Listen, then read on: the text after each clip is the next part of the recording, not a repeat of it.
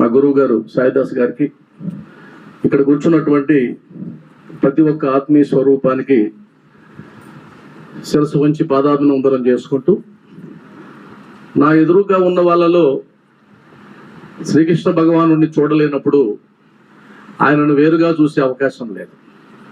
కాబట్టి నా ముందు ఉన్నది శ్రీకృష్ణ భగవాన్ స్వరూపాలే, వేదిక మీద ఉన్నది వారే, వింటున్నది వారే. అందువల్లే అంటారు, భగవద్గీత చెప్పింది ఎవరు? శ్రీకృష్ణుడు. వినింది ఎవరు? శ్రీకృష్ణుడు. రాసింది ఎవరు? శ్రీకృష్ణుడు. వేరే వాళ్ళు ఎవరూ లేరు అక్కడ. కాబట్టి ఇది అసలైనటువంటి తత్వం. ఇప్పుడు దాకా భగవద్గీత గురించి మనం ఏదైతే మాట్లాడుకున్నామో, గురువు గారు చెప్పారో, ఆ భగవద్గీత గ్రంథానికి సంబంధించి ఉన్నటువంటి అద్భుతమైన ఒక గానాన్ని మీకు వినిపిస్తాను. పావన గీత మాతా జయ మంగళ హారతి గై కొనుమా. పావన గీత మాతా జయ మంగళ హారతి గై కొనుమా. పాడగలిగితే అందరూ. పావన గీత మాతా జయ మంగళ హారతి గై కొనుమా. భక్త జనావని బంధ విమోచని, భక్త జనావని బంధ విమోచని, భవభయహారిణి భవ్యదాయిని, భవభయహారిణి భవ్యదాయిని. పవన గీత మాతా జయ మంగళ హారతి. సర్వలోక సంరక్షణి గీత సర్వదేవ సంసేవిత జనని. శాంతి విదాయిని సత్యప్రదాయిని, శాంతి విదాయిని సత్యప్రదాయిని. సత్వగుణాలయ సచ్చరిత, సత్వగుణాలయ సచ్చరిత. పవన గీత మాతా జయ మంగళ హారతి గై కొనుమా. మంగళం విదే చేకొనుమమ్మ ఓ భగవద్గీత, మంగళం విదే చేకొనుమమ్మ ఓ భగవద్గీత. మాతా ఓ భగవద్గీత మాతా, మాతా ఓ భగవద్గీత మాతా. సంగదూరులకు జ్ఞానుల మదిలో వెలిగడి జ్యోతివి నీవే కాదా. పరమ పావనుని నామము చేత విక్షేపము తొలగింపగదే, విక్షేపము తొలగింపగదే. మంగళం విదే చేకొనుమమ్మ ఓ భగవద్గీత, మంగళం విదే చేకొనుమమ్మ ఓ భగవద్గీత. మాతా ఓ భగవద్గీత మాతా, మాతా ఓ భగవద్గీత మాతా. పార్థుని నెపమున మురళీ కృష్ణుడు కలిమానవులను పాలింప, పార్థుని నెపమున మురళీ కృష్ణుడు కలిమానవులను పాలింప. ఆర్తి నాశకరమగుని జ్ఞాన జ్యోతిని నొసగెను జగములకు, జ్యోతిని నొసగెను జగములకు. మంగళం విదే చేకొనుమమ్మ ఓ భగవద్గీత, మంగళం విదే చేకొనుమమ్మ ఓ భగవద్గీత.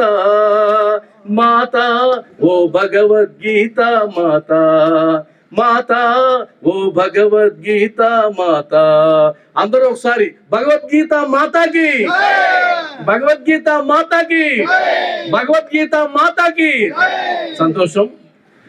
నాకు శ్రీకృష్ణ భగవానుడు అందించినటువంటి అంశము గీతామృతము, మెరుగైనటువంటి జీవనం కోసం. ఏ గ్రంథమైనా ఆ గ్రంథాన్ని పారాయణ చేసే వారి యొక్క జీవితాలను ఉద్ధరింపకుండా, ఆ గ్రంథాన్ని అధ్యయనం చేసే వారి యొక్క జీవితాల్లో మెరుగుదల లేకుండా, వారి జీవన ప్రమాణాలు పెంచకుండా ఉండేటువంటి గ్రంథం వల్ల ఎలాంటి ప్రయోజనం లేదు. కేవలం పుణ్యం కోసమో పురుషార్థం కోసమే మాత్రమే చదివేటువంటి అవకాశం కూడా ఉంటుంది. కానీ రాబోయేటువంటి జన్మల్లో పుణ్యం సంపాదించడం కంటే కూడా ఉన్నటువంటి జన్మను ఉద్ధరించుకునేటువంటి గొప్ప అవకాశాన్ని కల్పించేటువంటి గ్రంథం భగవద్గీత. కాబట్టి భగవద్గీతను చదివితే ఉత్తర జన్మల్లో పుణ్యం వస్తుందన్న విషయం కోసం కాదు, ఈ జన్మలోనే మార్పు వస్తుంది, ఈ జన్మలోనే నేను నన్ను ఉద్ధరించుకోగలను. ఉద్ధరేదాత్మ నాత్మానం అని గొప్పగా బోధించినటువంటి అద్భుతమైనటువంటి గ్రంథం భగవద్గీత. నిన్ను నువ్వే ఉద్ధరించుకోవాలి. ఎలా అంటే, నేను ఒక అవకాశాన్ని నీకు ఇచ్చాను, ఒక టూల్ నీకు ఇచ్చాను, ఒక పనిముట్టును నీకు ఇచ్చాను, ఒక జ్ఞాన భాండాగారాన్ని నీకు ఇచ్చాను. ఆ జ్ఞాన భాండాగారాన్ని నీ జీవితంలో ఆచరించడం ద్వారా నువ్వు దాన్ని సాధించవచ్చు అనేది నాకు ప్రధానమైనటువంటి అంశం. కాబట్టి గీతామృతం అంటాం. అమృతం దేనికి అంటే కనుక, అమృతం దేనికండి? అమృతం చెప్పండి. ఇందాక మాట్లాడుకున్నాం కదా, అమృతం దేనికి? చావు లేకుండా ఉండడానికి. చావు లేకుండా ఉండడానికి, రాక్షసుల చేత సంహరించబడుతుండేటువంటి దేవతలను రక్షించడానికి క్షీరసాగర మదనాన్ని జరిపించి అమృతాన్ని సృష్టింపజేసి, ఆ అమృతాన్ని రాక్షసులకి అందకుండా నాటకమాడి మరలా దేవతలకి అందించినటువంటి ఘట్టం మనందరికీ తెలుసు. అయితే ఆ క్షీరసాగర మదనంలో దేవతలతో పోటీ పడినటువంటి రాక్షస సంతతి పూర్తిగా అంతరించిపోయి ఉండొచ్చు, కానీ ఆ మూలాలు ఇంకా పోలేదు. మనలో కూడా ఆ మూలాలు ఇంకా ఉన్నాయి. ఆ మూలాలు ఇంకా ఉన్నాయి. రాక్షస జాతి పూర్తిగా అంతరించిపోలేదు. మీరు సమాజాన్ని చూస్తే క్షీరసాగర మదనంలో కొట్లాడినటువంటి రాక్షస జాతి ఇప్పుడు కూడా ఉంది. వారి వల్లనే సమస్య అంతా వస్తూ ఉంది. కాబట్టి మనం పోటీ పడవలసింది దేవతలతో కాదు, పోటీ పడవలసింది రాక్షసులతో. మరి ఎలా కనుక్కుంటారండి వాళ్ళని అంటే, అద్భుతంగా కనుక్కోవచ్చు. అందువల్లే భగవద్గీతలో దైవాసుర సంపద్ విభాగ యోగంలో దైవాసుర లక్షణాలను చెప్తూ దైవిక లక్షణాలను చెప్పాడు. 26 దైవిక లక్షణాలను చెప్పి, ఈ 26 లక్షణాలు ఎవరిలో అయితే ఉంటాయో వారు దేవతలు, దానికి ఆపోజిట్ లక్షణాలు ఎవరిలో ఉంటాయో వారు రాక్షసులు చెప్పేశాడు క్లియర్గా. కాబట్టి నేను దేవతనా రాక్షసున్నా అంటే నేను కంబైన్డ్ ఫార్మేషన్. ప్రతి మనిషి అందులో దేవత ఉన్నాడు, అందులో రాక్షసుడు ఉన్నాడు. కాబట్టి అప్పుడప్పుడు దేవత బయటకు వస్తాడు, అప్పుడప్పుడు రాక్షసుడు బయటకు వస్తాడు. పెళ్ళైన కొత్తల్లో దేవతా అంశం బయటకు వస్తుంది. 3 రోజులు 4 రోజులు అయిన తర్వాత రాక్షస అంశం బయటకు వస్తుంది. అది స్త్రీలో కానీ పురుషుల్లో కానీ. మనలో కూడా అప్పుడప్పుడు దేవతల్లాగానే ఉంటాం, అప్పుడప్పుడు రాక్షస అంశాలు వస్తూ ఉంటాయి. భగవద్గీత ఏం చేస్తుందంటే, నీలో ఉండే రాక్షస గుణాలని నీకై నువ్వే అణిచివేసుకోవడానికి అది ఒక గొప్ప తారక మంత్రంగా, గొప్ప జ్ఞానాభాండంగా మీకు అందించబడుతుంది. కాబట్టి భగవద్గీతను ఎందుకు చదవాలి అంటే, నన్ను నేను ఉద్ధరించుకోవడానికి. ఉద్ధరేదాత్మనాత్మానాం, ఇంతకు మించినటువంటి బోధ ఇంకొకటి లేదు. కాబట్టి అమృతం చావు నుంచి తప్పించడానికంటే, గీతామృతం కూడా చావు నుంచి తప్పించడానికే. ఎందుకని? చావు ఎప్పుడు వస్తుందండి? చావు ఎప్పుడు వస్తుంది? చావు ఎప్పుడు వస్తుంది? ఈ ప్రశ్న అంత సులభం కాదు చెప్పడం. చావు ఎప్పుడు వస్తుంది అంటే, పుట్టినప్పుడు వస్తుంది కదా, పుడితే కదా చస్తావు. కాబట్టి చావు ఎప్పుడు? అదే గీతామృతం. పునరపి జననం పునరపి మరణం పునరపి జననం పునరపి జననీ జఠరే శయనం పునరపి జననీ జఠరే శయనం ఇహ సంసారే బహుదుస్తారే ఇహ సంసారే బహుదుస్తారే కృపయా పారే పాహి మురారే కృపయా పారే పాహి మురారే భజ గోవిందం భజ గోవిందం గోవిందం భజ మూఢమతే. కాబట్టి భగవద్గీత చదివినందువల్ల ఎలా అంటే అది అమృతంగా పనిచేస్తుంది అంటే, అది నీకు పుట్టుక లేకుండా చేస్తుంది. అంటే ఈ జన్మ ఏదైతే ఎత్తావో, ఈ ఉపాధి ఏదైతే పొందావో, ఇది చివరి ఉపాధి, ఇది చివరి జన్మ. ఇక మరలా జన్మ లేనటువంటి స్థితికి నువ్వు వెళ్ళాలి అంటే కనుక గీతని అధ్యయనం చేయడంతో పాటుగా, గీత అధ్యయనం చేసిన తర్వాత అందులో శ్రీకృష్ణ భగవానుడు ఏదైతే బోధించాడో దానిని నీ జీవితంలో ఆచరిస్తే మాత్రమే అది జరుగుతుంది తప్ప అధ్యయనం వల్ల ప్రయోజనం లేదు. గీత అధ్యయనం చేసినంత మాత్రాన ఏం ప్రయోజనం లేదు. జ్ఞానం ఎంతో మందికి ఉంటుంది, ఏం చేసుకోను, జ్ఞానం ఎందుకు పనికిరాదు. నాలెడ్జ్ ఈజ్ పవర్ అంటారు, కానీ అబద్ధం అది. Applied knowledge is power. ఆ జ్ఞానాన్ని ఆచరిస్తేనే పవర్ అవుతుంది తప్ప ఉపయోగం లేదు. కాబట్టి నా టాపిక్కి అనుగుణంగానే నేను మాట్లాడడానికి ప్రయత్నం చేస్తా. గీతామృతము మెరుగైన జీవనం కోసం అనేది ఖచ్చితంగా చెప్పాల్సింది. కాబట్టి భగవద్గీత ఏ సందర్భంలో చెప్పబడింది నేను చెప్పాల్సిన పని లేదు, గురువు గారు మీకు బాగా చెప్పారు. పార్థాయ ప్రతిబోధితాం భగవతా నారాయణేన స్వయం వ్యాసేన గ్రథితాం పురాణమునినా మధ్యే మహాభారతం అద్వైతామృతవర్షిణీం భగవతీం అష్టాదశాధ్యాయిని అంబా త్వామనుసందధామి భగవద్గీతే భవద్వేషిణీ భగవద్గీతే భవద్వేషిణీ. క్లియర్గా తెలిసిపోయింది. అంటే నా గురువు గారు చెప్పినట్లు 10 రోజులు భీష్మాచార్యులు సర్వసైన్యాధ్యక్ష పదవిని అలంకరించి ఆయన అంపశయ మీదకి వెళ్ళిన తర్వాత సంజయుడు తీసుకొని వచ్చి ధృతరాష్ట్రుడు చెప్తాడు. అంటే అది లైవ్ టెలికాస్ట్ కాదు. భగవద్గీతను చాలా మంది లైవ్ టెలికాస్ట్ అనుకుంటారు. అక్కడ జరుగుతున్నట్టుగా చెప్పాడండి, చెప్పలేదు. అది పోస్ట్ టెలికాస్ట్ అనమాట. జరిగిపోయింది, 10 రోజులు జరిగిపోయిన తర్వాత మరలా తీసుకొచ్చి చెప్తున్నాడు ఆయన. కాకపోతే ఆయనకు ఉన్నటువంటి గొప్ప వరం ఏంటంటే వేదవ్యాసులు వారి శిష్యుడు కాబట్టి సంజయుడికి ఆ యొక్క గొప్ప అవకాశం వచ్చింది. ఒక మహారాజు కూడా ఒక శూద్రునికి తల వంచి ఆయనకు ఉన్నటువంటి అద్భుతమైనటువంటి ప్రతిభను గౌరవించి ధృతరాష్ట్ర మహారాజు అయినా సరే సంజయుడికి తల ఒగ్గి ఆయనకున్నటువంటి గొప్ప విషయాన్ని ఆయన గౌరవించడం కూడా జరిగింది, గొప్ప విషయం. కాబట్టి మహాభారతంలో మనకు అవసరం లేదు. ధృతరాష్ట్ర ఉవాచతో మొదలవుతుంది.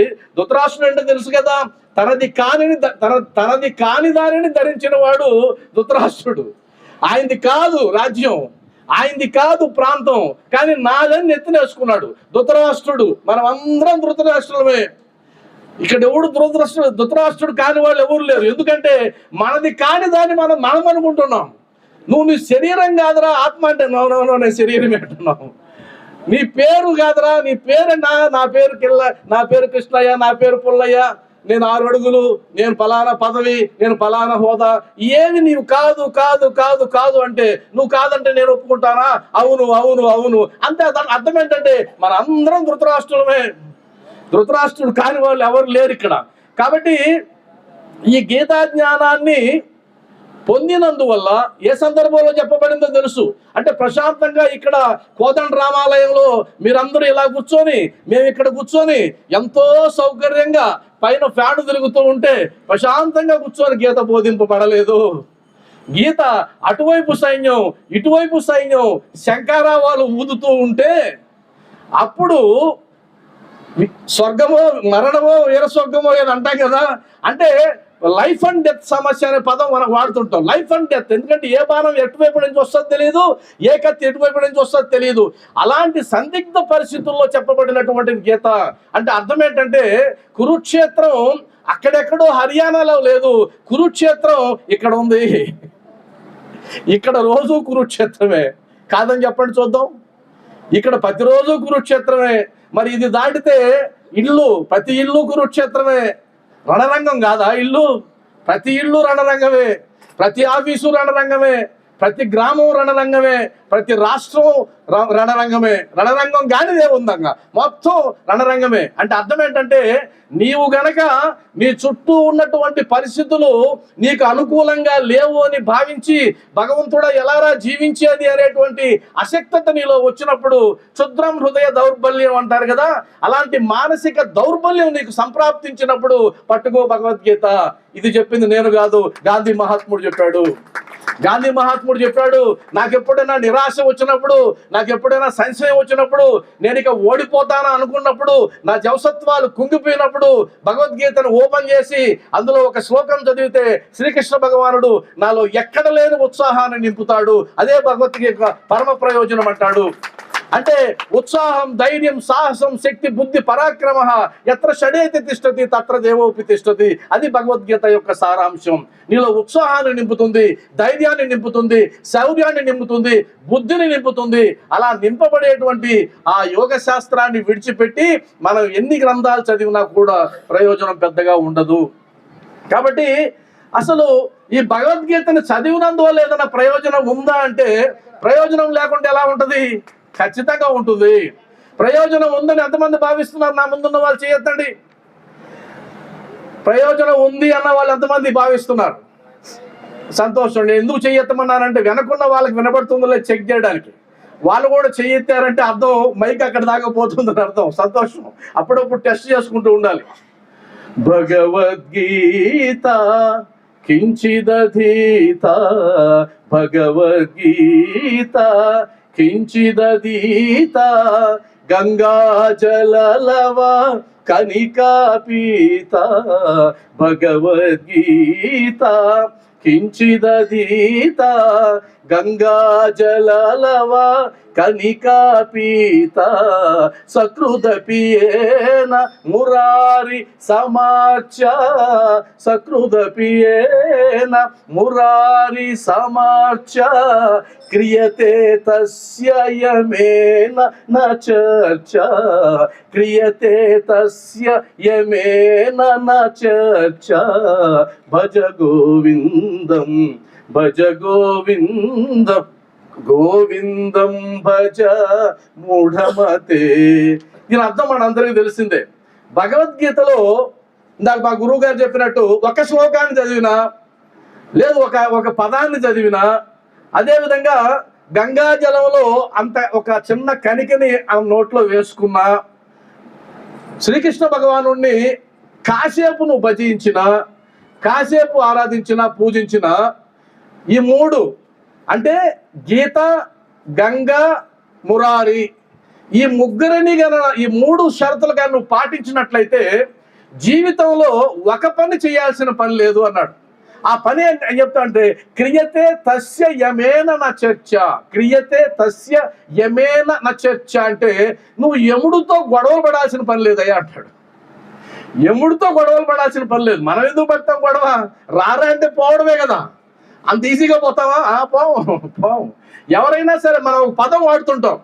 ఉదాహరణ చూడండి, మీరు బాగా ఆలోచించండి. అయ్యా రామయ్య తిన్నాడు అంటే అర్థం ఏంటి? రామయ్య తిన్నాడు అంటే అర్థం ఏంటండి? తిన్నది ఎవరు? రామయ్య. ఆయన అనుకున్నాడు, తిన్నాడు. రామయ్య బట్టలు వేసుకున్నాడు అంటే ఆయన ఇష్టపడ్డాడు, వేసుకున్నాడు కదా. రామయ్య ఊరెళ్ళాడు అంటే రామయ్య అనుకున్నాడు, ఊరెళ్ళాడు. రామయ్య చనిపోయాడు. ఇప్పుడు చెప్పండి, రామయ్య చనిపోయాడంటే రామయ్య అనుకుని చనిపోయినాడా? నేను చనిపోతా అన్నాడా? ఈ భూమి మీద ఎవడైనా నేను చనిపోతా అన్నాడా? రామయ్య అనుకోరా, రామయ్య లాగబడ్డాడు, రామయ్యని లాక్కెళ్ళాడు. అవునా కదా? కాబట్టి ఎవడో ఇష్టపూర్వకంగా చనిపోవాలనుకోడు.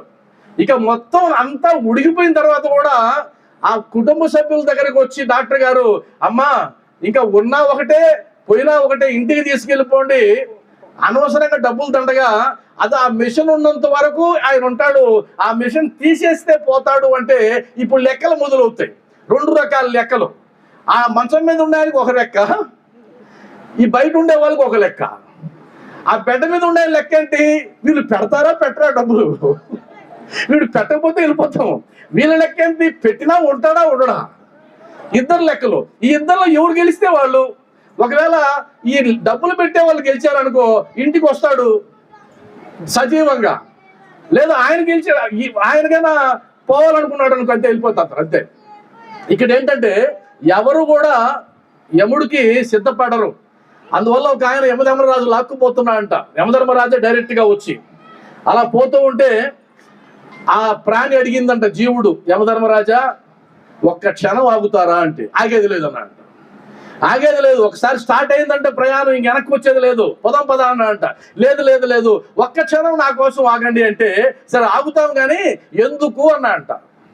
అప్పుడు ఆ జీవి అన్నాడట, ఆ వ్యక్తి అన్నాడట, చనిపోయిన వ్యక్తి, నా జీవితం అంతా ఎవరి కోసం నేను పనిచేశానో, ఎవరి కోసం తాపత్రయపడ్డానో, ఎవరి కోసం నా జీవితాన్ని దారపోసానో వాళ్ళు ఎవరైనా నా కోసం వస్తున్నారా అని చూస్తామనుకున్నాడంట. వస్తారా? సమస్య లేదు. కాబట్టి ఆ చర్చ లేకుండా ఉండాలి అంటే గనక నువ్వు ఖచ్చితంగా ఆ మూడింట్లో ఒక పని చెయ్యి అని అంటారు. ఆ తర్వాత ఆత్మీయ స్వరూపులారా, భగవద్గీత గురించి చెప్పాల్సిన పని లేదు, కానీ మొదటి శ్లోకం చివరి శ్లోకం సరిపోతుంది. మొదటి శ్లోకం ఏంటో మీకు తెలుసు, ధర్మక్షేత్రే కురుక్షేత్రే. ఒకసారి అందాం అందరం, ధర్మక్షేత్రే కురుక్షేత్రే, అందరం గట్టిగా అందాం, ధర్మక్షేత్రే కురుక్షేత్రే సమవేతాయుయుత్సవః సమవేతాయుయుత్సవః మామకాః పాండవశ్చైవ మామకాః పాండవశ్చైవ కిమకుర్వత సంజయ కిమకుర్వత సంజయ. ఇది మొదటి శ్లోకం. సంజయ, నా బిడ్డలు ఆ పాండవులు, ఆడ మొదలైంది గొడవంతా. మామకాహ, అసలు దారుణమైన పుండు పెట్టే పదం అదే. అడగడమే పుండు. మహానుభావుడు ధృతరాష్ట్రుడు, ఆయనకి కళ్ళు ఒకటే కాదు, హృదయం కూడా లేదు ఆయనకి. కాబట్టి మామకాహ, నా బిడ్డలు ఆ పాండురాజు బిడ్డలు యుద్ధరంగంలోకి వెళ్ళారు కదా, ఏం చేస్తున్నారు అని ప్రశ్నించాడు. ఏం చేస్తారు? యుద్ధానికి వెళ్ళిన వాళ్ళు ఏం చేస్తారు? దాన్ని 2-3 రకాలుగా మాట్లాడొచ్చు. అరే ధర్మక్షేత్రే కురుక్షేత్రే అన్నారు కదా, ఆడ ధర్మం గెలుస్తుంది. వీళ్ళేమో ధర్మపరులు కాదు నా బిడ్డలు, అక్కడేమో ధర్మం ఉంది. వీళ్ళు ఖచ్చితంగా ఓడిపోతారు అనేది ఈయనకి సంశయం లేదు, ఖచ్చితంగా తెలుసు. ఆ టెన్షన్తో అడిగాడు, ఆ ఉబలాటంతో అడిగాడు. ఆడ విజయం మన వైపు ఏమన్నా ఉందా సంజయ అని అంటే, అదంతా అయిన తర్వాత 700వ శ్లోకంలో ఏం చెప్పాడంటే, 700వ శ్లోకంలో యత్ర యోగేశ్వర కృష్ణో, అందరూ యత్ర యోగేశ్వర కృష్ణో యత్ర పార్థో ధనుర్ధరః యత్ర పార్థో ధనుర్ధరః యత్ర యోగేశ్వర కృష్ణో యత్ర యోగేశ్వర కృష్ణో యత్ర పార్థో ధనుర్ధరః యత్ర పార్థో ధనుర్ధరః తత్ర శ్రీ విజయో భూతిః తత్ర శ్రీ విజయీ భూః ధ్రువా నీతిర్మతిర్మమ. ధ్రువానీతిర్మతిర్మమ. స్పష్టంగా చెప్పాడు, లాస్ట్ లో చెప్పాడు. ఇదంతా మధ్యలో పక్కన పెట్టింది. మొదట అడిగిన దానికి సమాధానం 700వ శ్లోకంలో చెప్పాడు. 701 అనుకోండి, అది వేరే లెక్క. అంటే అర్థం ఏంటంటే, అయ్యా అక్కడ ఏం జరిగింది అంటే, ఆడ విజయం వరిస్తుంది, ఆడ బుద్ధి వికసిస్తుంది, ఆడ ధర్మం గెలుస్తుంది. మరి ఎవరి పక్షాన ఉంటే అవి గెలుస్తుంది అంతే. కాబట్టి క్లియర్ కట్గా ఉంది. జీవిత సంగ్రామంలో కూడా, జీవన కురుక్షేత్రంలో కూడా నీకు విజయం రావాలి అంటే, నీకు సిరి సంపదలు రావాలంటే, నీ బుద్ధి వికసించాలంటే, నీ బిడ్డల అభివృద్ధిలోకి రావాలంటే, నీ ఉద్యోగంలో కుతకుచ్చుడు కావాలంటే, నీకు శాంతి, పరమశాంతి, ఆనందం రావాలంటే ఒకదాన్ని మాత్రం పట్టుకుంటే చాలు అని భగవద్గీత చెప్తా ఉంది. ఆ ఒక్కటేంటి? గట్టిగా, ఇంకొంత గట్టిగా, నాకు వినబడలేదు. ధర్మం. ధర్మో రక్షతి రక్షిత. ధర్మాన్ని రక్షించు, ఆ ధర్మం నేను రక్షిస్తుంది. దానికి ఇంకోటి కూడా కంటిన్యూషన్ ఉంది. ధర్మ ఏవ హతోహంతి, ధర్మ ఏవ హతోహంతి, ధర్మో రక్షతి రక్షిత. ధర్మాన్ని నువ్వు నాశనం చేయాలని చూస్తే అది నిన్ను నాశనం చేస్తుంది, ధర్మాన్ని నువ్వు రక్షిస్తే అది నిన్ను రక్షిస్తుంది. కాబట్టి మనం అందరం ప్రశ్నించుకోవాల్సింది ఏంటంటే, నేను ధర్మ మార్గంలో ఉన్నానా లేదా అనేది ఎవరికో జవాబుదారీగా చెప్పాల్సిన పని లేదు. ఏ భగవంతుడికి నువ్వు పూచీకత్తు చెప్పాల్సిన పని లేదు. నీకు నువ్వు పూచీకత్తు చెప్పుకో, నీకు నువ్వు చెప్పుకో, నేను ధర్మ మార్గంలో ఉన్నానా లేదా అని. ఒకవేళ లేదండి, వాడు అధర్మ మార్గంలో ఉన్నా కూడా బాగా కలిసి వస్తుంది, మిద్దెల మీద మిద్దెలు కడుతున్నాడు, బాగా కోటీశ్వరుడు అయినాడు అంటే భగవంతుడు లెక్కలు కొన్ని ఉంటాయి. ఆ సంపాదించింది మొత్తాన్ని ఏ రూపంలో ఎక్కడ ఎవరికి పెట్టాలో పెట్టి తీసిపోవాల్సిందే. చివరికి ఏం పరిస్థితుల్లో బ్యాలెన్స్ ఉండదు. ఇంకో తమాషా ఏంటంటే, నువ్వు అధర్మంగా సంపాదించిన డబ్బుని 10 రూపాయల వడ్డీ ప్రకారం పెంచుకుంటూ వెళ్ళినా చివరికి 20 రూపాయల వడ్డీ ప్రకారం నువ్వు అప్పు చేసి కట్టుకోవాల్సిన స్థితిలోకి నువ్వు వెళ్ళిపోతావు. అది ఖచ్చితం ఖచ్చితం ఖచ్చితం. ఆ లెక్కలు ఇప్పుడు మనకు తెలియదు, తర్వాత తెలుస్తుంది. కాబట్టి ధర్మాన్ని పట్టుకోవాలి. మరి శ్రీకృష్ణుడికి, అర్జునుడికి కృష్ణుడు భగవద్గీత చెప్పిన తర్వాత నాకు విజయం వరిస్తుంది అనుకున్నాడా, లేదు ముందుగానే తెలుసా? జ్ఞానం అంతా చెప్పిన తర్వాత అనుకున్నాడా విజయం వరిస్తుందని? ముందుగానే తెలుసా? జ్ఞానం వచ్చిన తర్వాత అనుకున్నాడా? జ్ఞానం వచ్చిన తర్వాత అనుకున్నాడు అనుకుంటే మనం పొరపాటు పడినట్టే, ఏమనుకోవద్దు. ఎందుకు అంటే కనుక అసలు యుద్ధమే జరగక ముందు దుర్యోధనుడు వెళ్ళాడు, అర్జునుడు వెళ్ళాడు సహాయం కోసం. దుర్యోధనుడు తల దగ్గర కూర్చున్నాడు, అర్జునుడు కాళ్ళ దగ్గర కూర్చున్నాడు. ఈ సీన్ ఎవరైనా మర్చిపోగలమా మనం? సినిమాల్లో ఆ సీన్ అలా కళ్ళకు కట్టినట్టు కనిపిస్తుంది కదా. కాబట్టి ఆ శ్రీకృష్ణుడు ముందు అర్జునుడిని చూశాడు. అర్జునుడిని చూసిన తర్వాత ఆ తర్వాత చెప్పాల్సిన పనిలే, సైన్యాన్నంతా కోరుకుంటాడేమోనని బెంగపడ్డాడు దుర్యోధనుడు. నాకు సైన్యం వద్దు, నువ్వు ఒక్కడివి చాలు అన్నాడంటే అర్థం అప్పటికే అర్జునుడికి తెలుసు కృష్ణుడు ఎక్కడ ఉంటే విజయం అక్కడ ఉంటుందని. అంతేనా కదా? అయితే మనకు తెలిసిపోయినా కూడా ఏం చేస్తామంటే సమస్య వచ్చినప్పుడు చతికిల పడిపోతాం. మనకు అన్నీ తెలుసు అంటే మనం అంటాం అర్జునుడు గాంధీవాన్ని విడిచిపెట్టాడు, ఆయన కన్నీళ్ళంతా పెట్టుకున్నాడు, ఏడుస్తూ కూర్చున్నాడు, యుద్ధం చేయను, నా గురువుల్ని, నా పినతండ్రిని, నా మామల్ని, నా మనవలని, నా శిష్యుల్ని నేను చంపను అని వైరాగ్య భావనతో కుప్పగూలిపోయినటువంటి ఆయన క్షుద్రం హృదయ దౌర్బల్యం అంటారు. మరి అర్జునుడు అలాంటి వాడా? అర్జునుడు అలాంటి బలహీనత కలిగిన వాడా? కాదు. ఆయన దేవేంద్రుని జయించిన వాడు, దేవతలతో యుద్ధం చేసిన వాడు, మరి అంత వీర పరాక్రమాలు కలిగిన వాడు కూడా సందర్భం వచ్చినప్పుడు చతికిలు పడిపోతాం.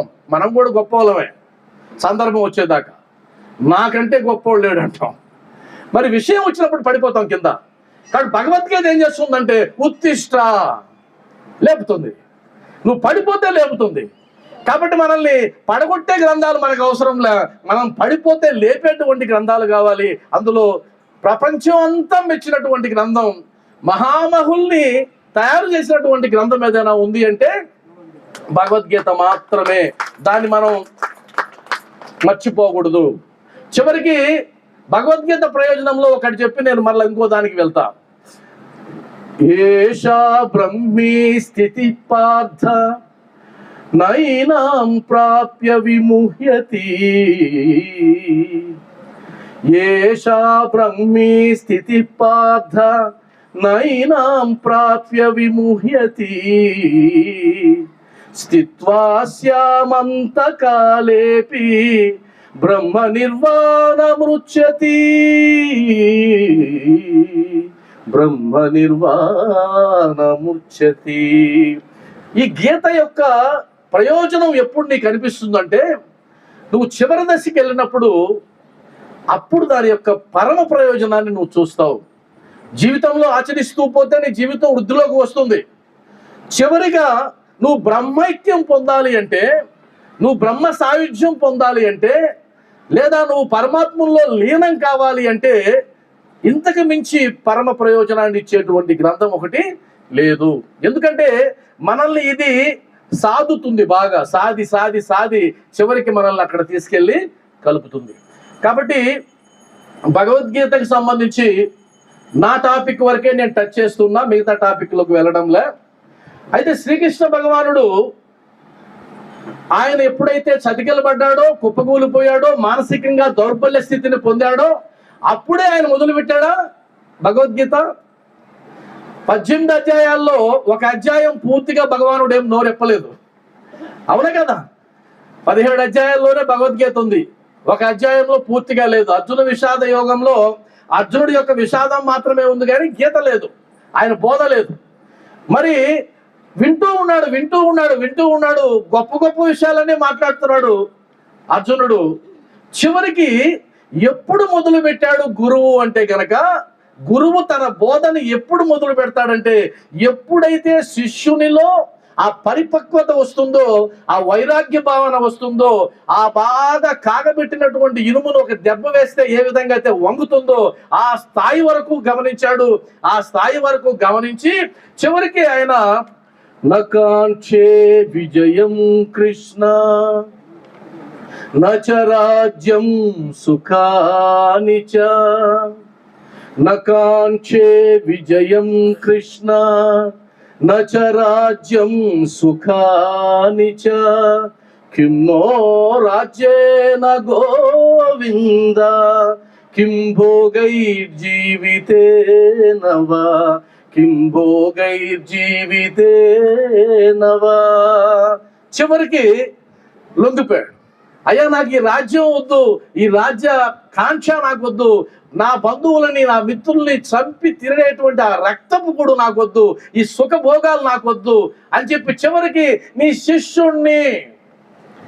శిష్యుణ్ణి నాకు బోధించు, నాకు ఏది నిజమో ఏది నేను పాటించవలసినటువంటి మార్గమో చూపించు అని ఆయన నోటి గుండా వచ్చేదాకా శ్రీకృష్ణుడు ఓపికగా ఉన్నాడు. అందువల్లే మనం ఏదేదో చేస్తూ ఉంటాం, భగవంతుడు చూస్తూ ఉంటాడు. రాని పరిపక్వత రాని అంటాడు. ఎప్పుడైతే పరిపక్వత వచ్చిందో అప్పుడు మొదలు పెడతాడు బోధ. అప్పుడు మొదలు పెడితే చాలా అద్భుతంగా ఉంటది. ఆ విధంగా చేసినటువంటి వాడిది. ఎప్పుడైనా సరే మనకు మనం భగవంతునికి లొంగితేనే అద్భుతమైనటువంటి జ్ఞానం నీ సొంతం అవుతుంది. మనకు మనం తల ఎగరేసినంత కాలం భగవంతుని బోధ రాదు, భగవంతుని జ్ఞానం నీకు రాదు, ఆయన కృపా కటాక్షం కూడా రాదు. కాబట్టి గీత ఏం చెప్తుందంటే తల దించు, భగవంతుని ముందు తల దించు. జ్ఞానం కావాలంటే తల దించు, అప్పుడు మాత్రమే నీకు వస్తుంది చెప్తాడు. అప్పుడు ఆయన మొదలు పెడతాడు. అశోచ్యానన్ వశోచస్త్వం ప్రజ్ఞావాదాంచ భాషసే గతాసు నగతాసూంచ నాను శోచంతి పండితాః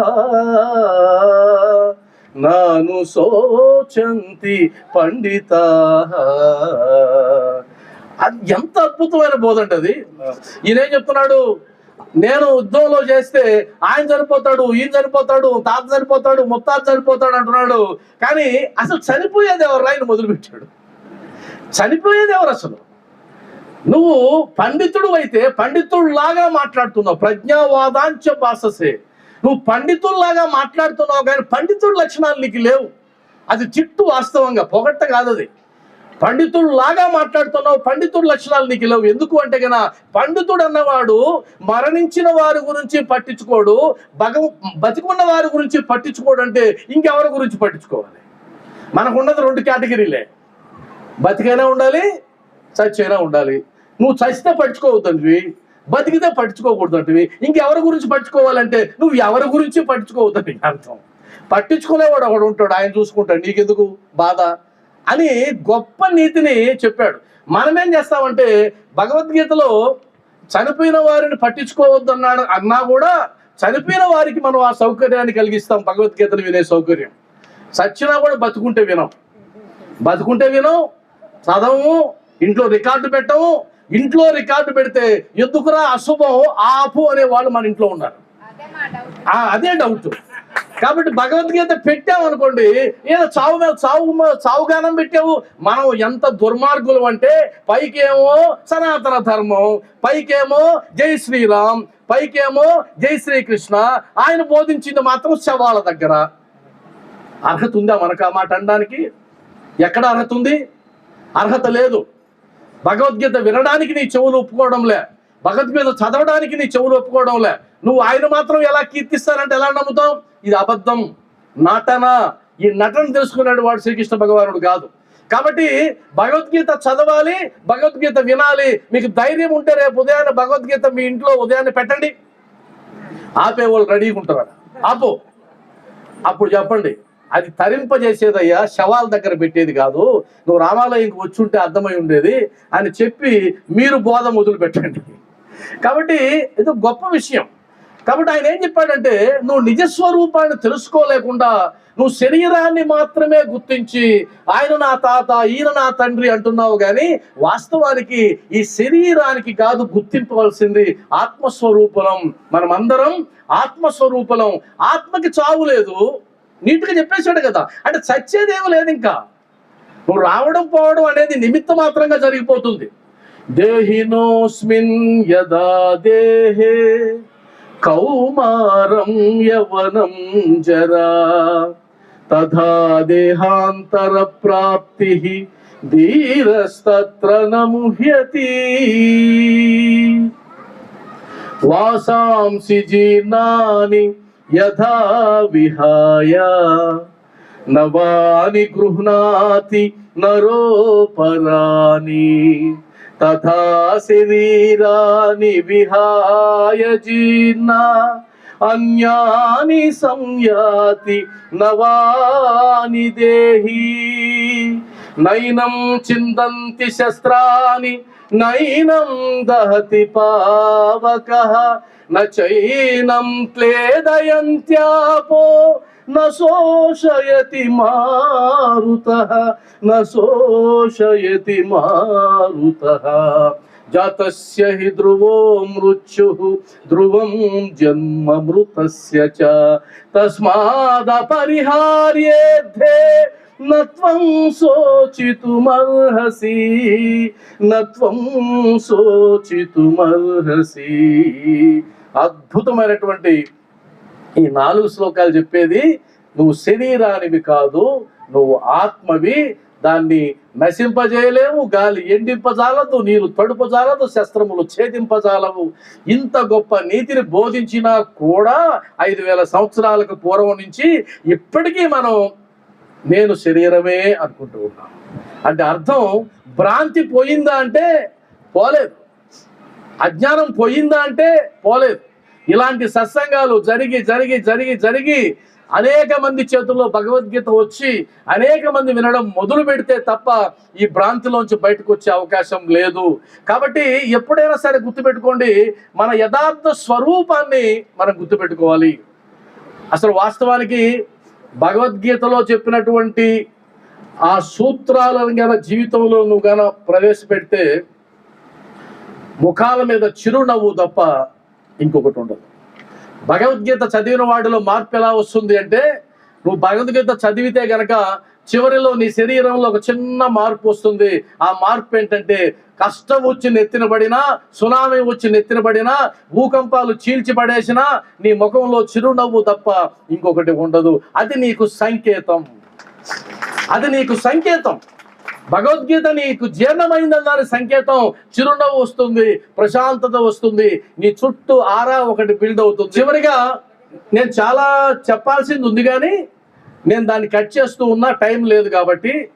వాస్తవానికి ఇంకెప్పుడైనా ఇలాంటి అవకాశం వచ్చినప్పుడు భక్తులేమో వస్తున్నారు, 2 ఉండకూడదు ప్రవచకులు, ఒక్కరిని పెట్టండి. ఒక్కరిని పెట్టినప్పుడు ఏమవుతుందంటే చెప్పాలనుకున్న అంశం చెప్పగలం. ఇప్పుడు గురువుగారు పూర్తిగా చెప్పలేకపోయారు, నన్ను చెప్పనీరు, 9 గంటల ప్రసాదం బెల్లబుట్టి నన్ను ఇబ్బంది పెట్టి ఎందుకు, కాబట్టి ఆ పక్కన పెట్టేద్దాం. చివరిగా హతో వా ప్రాప్స్యసి స్వర్గం జిత్వా వా భోక్ష్యసి మహీం. హతో వా ప్రాప్స్యసి స్వర్గం జిత్వా వా భోక్ష్యసి మహీం. తస్మాదుత్తిష్ట కౌంతేయ యుద్ధాయ కృత నిశ్చయః యుద్ధాయ కృత నిశ్చయః. ఈ సూత్రాన్ని జీవితంలో అప్లై చేయండి, చూద్దాం. అందులో ఏం చెప్పాడు ఆయన? నువ్వు గెలిస్తే రాజభోగాలు వస్తాయి, చచ్చిపోతే స్వర్గం వస్తుంది. 2 పక్కల నీకు ప్రయోజనమే, ఇంకెందుకు దిగులు? ఇది మొదలు పెట్టండి. వ్యాపారాన్ని మొదలు పెట్టేటప్పుడు ఈ శ్లోకం చదువుకోండి. వ్యాపారం మొదలు హతో వా ప్రాప్స్యసి స్వర్గం. ఏమొచ్చిందండి? వ్యాపారం చేస్తే వ్యాపారం బాగా జరిగిందా, ఆదాయం వస్తుంది. జరగలేదా, అనుభవం వస్తుంది. నష్టం వస్తుంది కాదు, జరగలేదా అనుభవం వస్తుంది. ఇబ్బంది ఏముంది? అమ్మాయి కాన్పుకి వెళ్ళింది, అదృష్టం బాగుంటే మగ పిల్లాడు, లేకపోతే ఆడపిల్ల. మీరు ప్రతిదానికి చూసుకోండి, అర్థమైంది కదా? కాబట్టి ఏదైనా సరే హతో వా ప్రాప్స్యసి స్వర్గం జిత్వా వా భోక్ష్యసి మహీం. తస్మాదుత్తిష్ట కౌంతేయ యుద్ధాయ కృత నిశ్చయః. యుద్ధం మాత్రం మానొద్దు, అంటే కర్మ మాత్రం మానొద్దు. కర్మ చేయడానికి సాకులు ఎత్తుక్కోవద్దు. సార్ నేను చెయ్యాలనుకుంటున్నాను కానీ చేస్తే ఏమవుద్దో. దొంగలందరూ ఇలానే ఉంటారు. చాలా మంది సోమరిపోతులు ఏం చేస్తారంటే ఆలోచిస్తూనే ఉంటారు జీవితకాలం. ఏమయ్యా ఏదైనా వ్యాపారం చేయాలని ఉంది సార్, కానీ చేస్తే ఏమవుద్ది? హతో అంతే, ఏం కాదు. కానీ వీడు చేయడానికి ఇష్టం లేక రకరకాల కారణాలన్నీ చెప్పుకుంటూ వస్తాడు. కర్మణ్యేవాధికారస్తే మా ఫలేషు కదాచన మా కర్మ ఫల హేతుర్భూర్ మాతే సంయోస్త్వ కర్మని. ఏంటి దీని అర్థం? పని చేయి, ఫలితాన్ని విడిచిపెట్టు. నువ్వు మీటింగ్ పెట్టావు, బ్రహ్మాండంగా స్టేజ్ అరేంజ్ చేసావు, ప్రసాదం పెట్టావు, పని చేయి. తింటారా లేదో వాళ్ళ ఇష్టం, ఫలితం ఆశించొద్దు. ఇది శ్రీకృష్ణుడు చెప్పిన బోధ. కానీ మనం ఏం చేస్తామంటే తినకపోతే ఏమవుద్ది, ఏం కాదయ్యా, టెన్షన్ వదిలిపెట్టు. ఏ పనిలో టెన్షన్ వదిలిపెట్టు, పని చేయి. మైక్ పెట్టావా, ప్రవచకులు పిలిచావా, కుర్చీలు వేసావా, రారేమో, రాకపోతే పోనీ నీకెందుకు, వెళ్తారేమో వెళ్ళని నీకెందుకు. ఇప్పుడు మన స్వామి ఏమంటాడంటే చెయ్యాలా అంట, వద్దు ఆయన వద్దు అంటాడు, నేను చేస్తానంటాడు. మనం ఏం చేయాలి? ఆయన అద్భుతంగా బోధించాడు, పని చేయి, ఫలితం వదిలిపెట్టు అంటే మనం నేను పని చేస్తా, ఫలితాన్ని విడిచిపెట్టకపోతే సక్సెస్ అయితే ఓకే పర్లేదు, కానీ నష్టం వస్తే నెత్తినేసుకుంటాం కదా. కాబట్టి అది వదిలేయండి. దుఃఖేష్వనుద్విగ్నమన, ఇది ఒక్కొక్క శ్లోకం 10-15 నిమిషాలు చెప్పాల్సిన శ్లోకాన్ని నేను తరుముకుంటూ వెళ్తున్నాను. అర్థమైంది కదా? ఈ నేను శ్లోకాలు మాత్రం చదువుతున్నాను అనుకోవద్దు. ఇది 2-3 గంటల ప్రసంగం, కనీసం 1.5 గంట లేకపోతే చెప్పలేం, కానీ తరుముకుంటూ వెళ్తున్నా. దుఃఖేష్వనుద్విగ్నమన సుఖేషు విగతత్ స్పృహః వీతరాగ భయ క్రోధ స్థితధీర్మునిరుచ్యతే.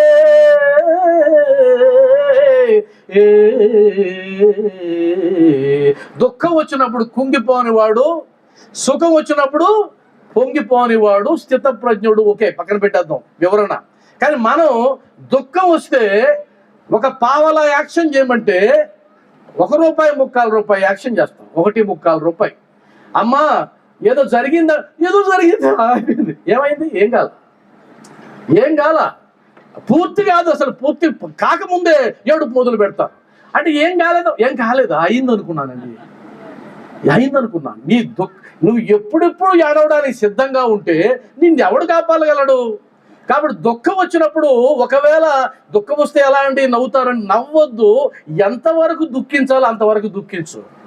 అది నేను మళ్ళీ రెక్టిఫై చెప్తున్నా. వాస్తవానికి శ్రీకృష్ణ భగవానుడు ఖచ్చితంగా ఉంటాడు.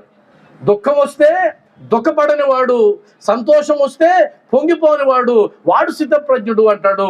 మనము దుఃఖం వస్తే ఏడవాల్సిన దానికంటే ఎక్కువ ఏడుస్తాం. మన కుటుంబంలో ఉండే కష్టాలు సరిపోవని ఆ టీవీ ఒకటి పెట్టుకొని ఆ టీవీలో వచ్చి ఏడుపులు కూడా ఏడుస్తాం. వాడు తెచ్చితే ఏడుస్తాం, వాడు పొడిస్తే ఏడుస్తాం. ఆ టెన్షన్ అంతా నెత్తినేసుకొని, అయ్యా శ్రీకృష్ణ నువ్వు ఆ రోజు చెప్పినప్పుడు టీవీలు లేవు కదా, అందువల్ల నీకు ఈ బాధ తెలియదు అని మనం కావాలంటే ఎదురు గీత చెప్తాం. ఆయనకి ఎదురు గీత, సీరియల్ గీత చెప్తాం. అప్పుడు మనం ఏమంటామంటే శ్రీకృష్ణుడు ఇలా చెప్పాడు, ఆన్లైన్ చెప్తాడు. అప్పుడున్నాయి ఆ మొబైల్స్, అప్పుడున్నాయి ఆ టీవీలు, ఆయనకేం చెప్తాడు. అదే 700 శ్లోకాలు చెప్పేంత వరకు అర్జునుడు విన్నాడు అంటే అప్పుడు కాబట్టి విన్నాడులేండి. ఇప్పుడు వినమనని చూద్దాం. వెంటనే ఒక రీల్ చూస్తాడు మధ్యలో కృష్ణ కాసేపు బాగవయ్యా, ఇక్కడ ఏదో ఒక లేటెస్ట్ న్యూస్ వచ్చిందని వింటాడు. కాబట్టి అలాంటి పరిస్థితుల్లో మనం ఉన్నాం. గుర్తుపెట్టుకోండి, ఎప్పుడైనా సరే చివరిగా ఇది చెప్పి మానేస్తా, చివరి విషయం చెప్పి ముగిస్తా. అదేంటంటే భగవద్గీత బోధించినటువంటి 700 శ్లోకాల సారాంశాన్ని జీవితంలో ఆచరించడం పక్కన పెడితే ఒక విషయాన్ని మాత్రం ఖచ్చితంగా చేయాలి. అదేంటంటే ఈ ప్రపంచాన్ని చూడడానికి, ఈ ప్రపంచాన్ని అర్థం చేసుకోవడానికి, ఈ ప్రపంచంతో నిమగ్నం అవ్వడానికి ఏవైతే ఆధారభూతంగా ఉన్నాయో 5 జ్ఞానేంద్రియాలు, ఒక మనసు, 6 శత్రువుల గురించి మనం మాట్లాడుతున్నాం. 6 శత్రువులు అరిషడ్ వర్గాల పని పట్టాలన్నా నీ దగ్గర ఉన్నటువంటి 6 ఆయుధాలు ఇవే. వీటికి మించి నీ దగ్గర ఆయుధాలు లేవు. కాబట్టి 5 జ్ఞానేంద్రియాలు, ఒక మనసు, ఈ 6ంటిని నువ్వు నియంత్రించుకోగలిగితే నిన్ను మించిన శక్తి ఈ భూప్రపంచం మీద లేదు. నిన్ను భ్రష్టు పట్టించేది, నీ జీవితాన్ని నాశనం చేసేది ఈ ఇంద్రియాలు మాత్రమే. కాబట్టి ఆ ఇంద్రియాలని, ఆ మనసుని నువ్వు ఖచ్చితంగా ఎలా కంట్రోల్ చేసుకోవాలో భగవద్గీత చెప్పినంత సులభంగా ఏ ఒక్క శాస్త్రం చెప్పలేదు. అంత అద్భుతంగా చెప్పింది. ధ్యాయతో విషయాన్ పుంసః సంగస్తేషుపజాయతే సంగాత్ సంజాయతే కామః కామాత్ క్రోధోభిజాయతే క్రోధాత్ భవతి సమ్మోహః సమ్మోహాత్ స్మృతి విభ్రమః స్మృతిభ్రంశా బుద్ధినాశో బుద్ధినాశ ప్రణశ్యతి బుద్ధినాశ ప్రణశ్యతి. దీని భావం మీకు తెలిసే ఉంటుంది. అంటే ఏ విషయాల మీదకైతే నీ ఇంద్రియాలు పరుగులు పెడుతూ ఉన్నాయో ఆ ఇంద్రియాలను ముందు నియంత్రించడం నేర్చుకోవాలి. ముందు విషయాల మీదకి నీ ఇంద్రియాలు వెళ్తాయి. ఆ ఇంద్రియాలు వెళ్ళినందువల్ల ఆ విషయాన్ని నువ్వు పొందాలనేటువంటి కోరిక పుడుతుంది. ఆ కోరిక తీరకపోతే క్రోధంగా మారుతుంది. ఆ క్రోధం కాస్త మోహంగా మారుతుంది. ఆ మోహం చేత నీ బుద్ధి నశిస్తుంది. ఆ బుద్ధి నశించడం చేత చివరికి నువ్వు నశిస్తావు. ఈ రోజు ఉండే సమస్యలన్నిటికీ మూల కారణం భగవద్గీతలో చెప్పబడింది. కాబట్టి అలా కంట్రోల్ చేయడానికి నువ్వు ఏం చేస్తున్నావు, ఏం అభ్యాసం చేస్తున్నావు అనేది ప్రధానం. భగవద్గీత మొత్తం 700 శ్లోకాల సారాంశం ఏంటంటే 2 పదాలు. నువ్వు ఉద్ధరించబడాలంటే, నిన్ను నువ్వు ఉద్ధరించుకోవాలంటే 2 అభ్యాసము వైరాగ్యము. ఇవి తప్ప ఇంకొకటి లేదు. ఈ రెండింటినీ గట్టిగా పట్టుకోండి. అయితే అనుకుంటాం, సార్ నాకు ఇంతలేకే ఎందుకు సార్ ఈ వైరాగ్యము, ఈ తలకాయ నొప్పంతా, చాలా వయసు ఉంది, రిటైర్ అయిపోయినా అనుకో, ఇంకా మొత్తం భగవద్గీత అంటాడు. ఎవరు చెప్పారు రిటైర్ అవుతావని? ఎవరు రాసిచ్చారు? నీకు ఎవరన్నా రాసిచ్చారా? ఈయన రిటైర్ అవుతాడు ఖచ్చితంగా. ఎవరైనా ఉందా? కరోనా మళ్ళా రాదని ఉందా? కరోనాకు ఇంకొక రూపం రాదని ఉందా? ఎంతమంది కొట్టుకొని పోయారు. అందువల్లనే ఎంతయ్యా నీ ఆయుష్ కాలం అంటే ఒక్క క్షణం. ఈ క్షణం బతికావు, అర్థం చేసుకో, ఈ క్షణం జీవించు. లేదు ఈ రోజు బతికావు, ఆనందించు. ఈ రోజు బతికావు, ఇంట్లోంచి బయలుదేరేటప్పుడు నిద్ర లేచిన వెంటనే ఆ భగవంతుడి కృతజ్ఞతలు చెప్పుకో. భగవంతుడా నిద్ర నుంచి లేపావయ్యా, సంతోషం. ఎందుకు? చాలా మంది లేయలే. రాత్రి బాగా తిన్నాడండి, పుష్టిగా బాగా మాట్లాడాడు, మళ్ళీ లేయలే. నేను లేచాను కదా, సంతోషం, కృతజ్ఞతలు స్వామి. మళ్ళా ఇంటికి వచ్చామనుకో, మళ్ళా కృతజ్ఞత. ఎందుకంటే పోయిన వాళ్ళు చాలా మంది రాలా. నువ్వు వచ్చావు కదా, సంతోషించు. కాబట్టి నువ్వు నిద్ర లేస్తే భగవంతుడికి ఒక కృతజ్ఞత, నిద్రలోకి వెళ్ళగలిగితే ఇంకో కృతజ్ఞత చెప్పి ఆ రోజు నువ్వు ఎలా జీవించావో ఆత్మ పరిశీలన చేసుకొని, భగవంతుడా ఇంకొక రోజుగా నాకు అవకాశం ఇచ్చావంటే మరలా నేను నీ మార్గంలో నడుస్తానని చెప్పడమే జీవితం. అంతేగాని ఇన్సూరెన్స్ పాలసీ లాగా నువ్వు చచ్చిపోతే వస్తుంది అంటే నువ్వు చచ్చిపోయిన తర్వాత ఏమొచ్చేది? కాబట్టి బ్రతికుండంగానే చేయాలి. అందుకనే ఒక అద్భుతమైనటువంటి ఏంటంటే శేషప్ప కవి గారు నరసింహ శతకం చేస్తూ ఒక అద్భుతమైన మాట అన్నాడు. జీవితకాలం గుర్తుపెట్టుకోండి, దీంతో నేను ముగిస్తా. బ్రతికి నన్నాళ్ళు నీ భజన తప్పను గాని, బ్రతికి నన్నాళ్ళు నీ భజన తప్పను గాని, మరణకాలమునందు మరతునేమో. బ్రతికి నన్నాళ్ళు నీ భజన తప్పను గాని, మరణకాలమునందు మరతునేమో. ఆవేళ యమదూతల గ్రహంబున వచ్చి, ఆవేళ యమదూతల గ్రహంబున వచ్చి ప్రాణముల్ పెకలించి పట్టునప్పుడు, కఫవాత పైత్యముల్ కప్పగా భ్రమచేత కంపముద్భవముంది కష్టపడుచు, నా జిహ్వతో నిన్ను నారాయణాయంచు పిలుతునో శ్రమ చేత పిలువలేను. నాటికిప్పుడే భక్తి నీ నామ భజన తలచెదను, చెవిని వినవయ్య ధైర్యముగను. భూషణ వికాస శ్రీధర్మపుర నివాస దుష్ట సంహార నరసింహ దురిత దూర.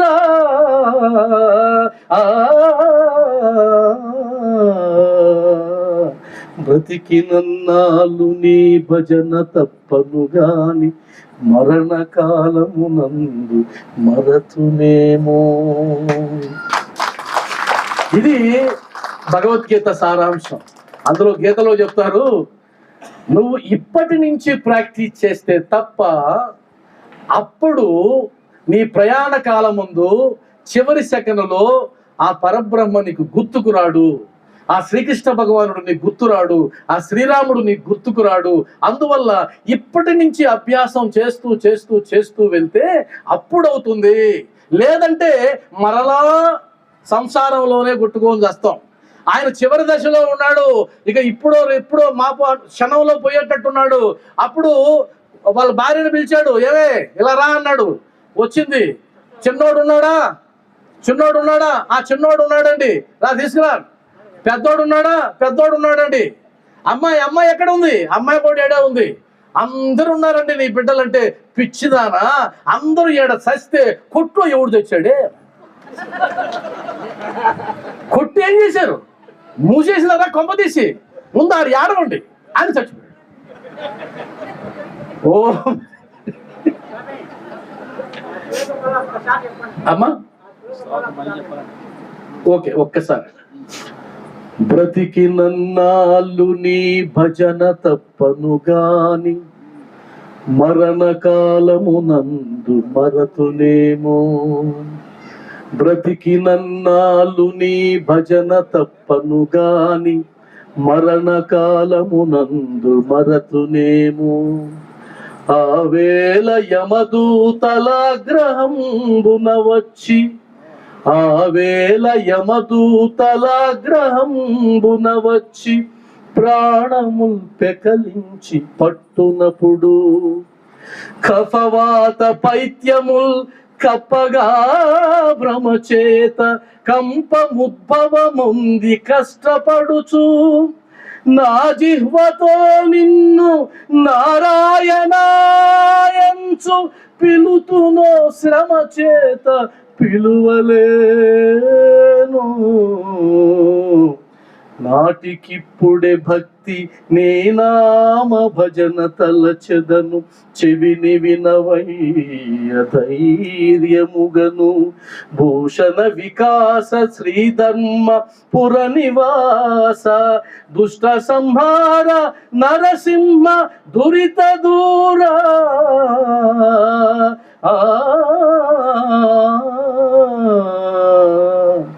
బతికినన్నాళ్ళు నీ భజన తప్పను గాని మరణకాలమునందు మరతునేమో. సాయి బంధులారా, ఆత్మీయ స్వరూపులారా, ఒక అనౌన్స్మెంట్ చేసి ముగిస్తా. నేను శ్రీకృష్ణ భగవానుడి అనుగ్రహం చేత ఆన్లైన్లో భగవద్గీతని ప్రారంభించబోతున్నాను. మొబైల్స్ అందరికీ ఉంటాయి కాబట్టి భగవద్గీతని క్షుణ్ణంగా వినాలి. సంవత్సరాలు పట్టొచ్చు. అలా వినాలి అనుకుంటే గనక కరపత్రాలు మీకు ఇస్తారు, ఫోన్ నెంబర్ ఉంటుంది. మేము భగవద్గీత వినాలనుకుంటున్నాం ఆన్లైన్లో అని మీరు కనిపిస్తే ఇది మీ దగ్గర పెట్టుకోండి. అందరూ పంచుతారు. తిరుమలేష్ గారు అందరికీ తలా ఒక పంచుతారు. మీరు ఫోన్ చేసి, సార్ నాకు శ్రద్ధ ఉంది, నేను వింటాను అంటే ఆ జరిగేదంతా నేను చెప్తాను. ఎలా మీరు హాజరవ్వాలి, ఎలా మీరు దాన్ని అందులో జాయిన్ అవ్వాలి, అవంతా కూడా మేము దగ్గరుండి మీకు నేర్పిస్తాం. ఎలాంటి ఇబ్బంది లేదు. కాబట్టి ఈ అవకాశం నాకు ఇచ్చినందుకు ముఖ్యంగా చలపతి గారు, తిరుమలేష్ గారు, నిరంజన్, వరప్రసాద్